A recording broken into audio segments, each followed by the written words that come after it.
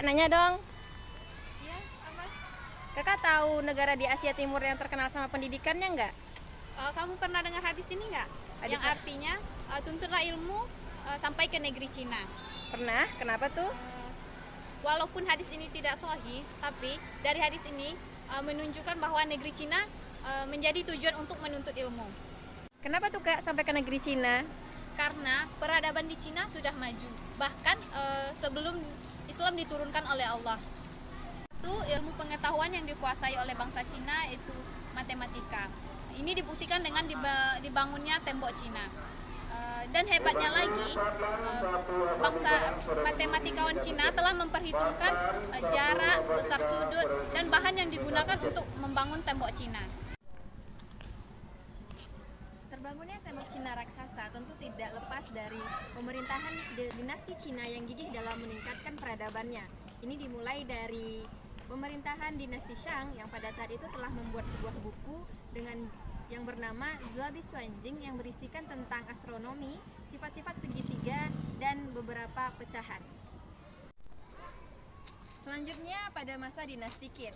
Nah, pada dinasti Qin ini tidak banyak matematika kuno diketahui. Kenapa? Karena pada masa dinasti Qin, Kaisar Qin memerintahkan untuk membakar semua buku kecuali buku yang berkaitan dengan pengobatan, perbintangan, dan juga pertanian. Ini kenapa matematika kuno pada masa dinasti Qin tidak banyak diketahui. Selanjutnya ada pemerintahan dinasti Han. Pada masa dinasti Han ini telah ditetapkan kalender ataupun teori kalender yang menggunakan matematika. Ini digunakan untuk memprediksi jarak dari planet ke planet dan juga bintang-bintang.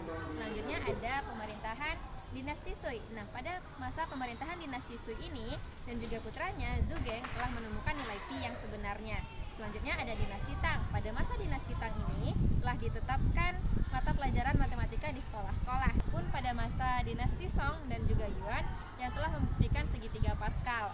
Selanjutnya ada masa dinasti Lingzi yang menemukan bentuk dari geometri aljabar dan juga Qin Zhuhao yang mengenalkan angka 0. Seiring perkembangan waktu, telah ada penomoran matematika di Cina, yaitu menggunakan penomoran batang seperti gambar di samping. Ya.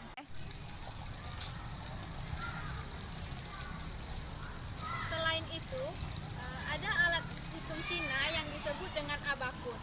Lalu ditemukan pula buku Jiuzhang Suansu yang dianggap paling berpengaruh dalam matematika Cina.